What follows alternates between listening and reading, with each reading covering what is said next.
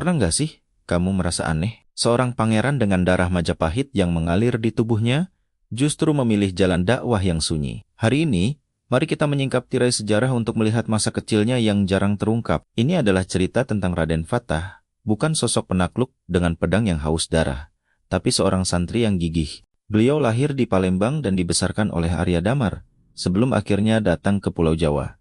Kita bakal bongkar masa kecilnya yang jauh dari kemewahan istana, melainkan dihabiskan untuk menimba ilmu dan adab di bawah bimbingan langsung Sunan Ampel, di Ampel Denta. Pendidikan yang kuat ini kelak akan melahirkan satu kekuatan politik Islam pertama di Jawa, dan rahasia di balik namanya sendiri adalah sebagai berikut. Bicara Raden Fatah, tak lengkap tanpa membahas nama beliau.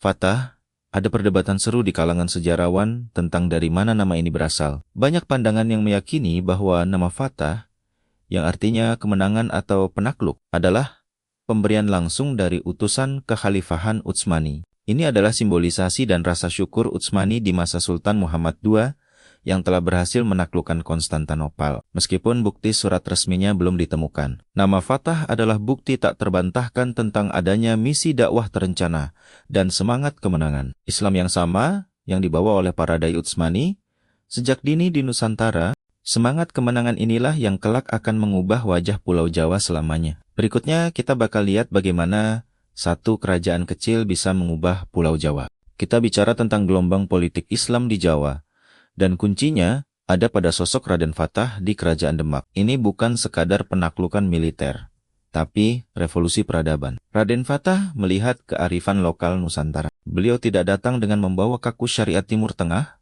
melainkan adab. Dampaknya luar biasa. Kerajaan Demak bukan cuma menguasai wilayah, tapi memenangkan hati. Syariat Islam tidak hanya dikenal, tapi diterima secara damai. Namun, kekuatan Islam Nusantara nggak cuma di Jawa. Kita bakal bergeser ke barat, menyingkap sosok penakluk sejati, yaitu Fathahilah. Kali ini kita bongkar fakta tentang pahlawan yang sering dianggap sama dengan Raden Fatah. Padahal mereka berbeda. Ini adalah cerita tentang Fathahilah atau Faletehan, sang penakluk Sunda Kelapa. Beliau bukan Raden Fatah.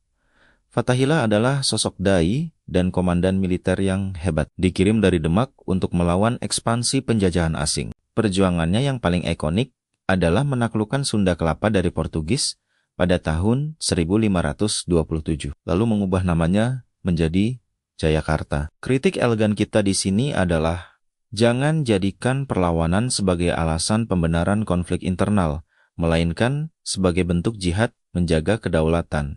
Disinilah jati diri anti-kolonial Islam bermula. Dari perdebatan identitas ini, kita kembali ke strategi dakwah kultural Wali Songo yang elegan, namun tetap pada kadar syariat yang tepat. Sejarah para penakluk Islam Nusantara mengajarkan kita satu hal. Pendekatan dakwah Islam di Nusantara adalah strategi yang terbuka dan inklusif. Dari misi dakwah Utsmani yang tulus hingga perjuangan Fathahilah, syariat Islam tidak hanya dikenal, tapi diterima secara damai. Kekuatan sejati Muslim modern bukanlah seberapa Arab penampilannya, tapi seberapa kuat prinsip keislamannya memfilter pikirannya. Saya, Fir Dokumentari, terima kasih sudah menyimak dan sampai jumpa di penelusuran sejarah selanjutnya.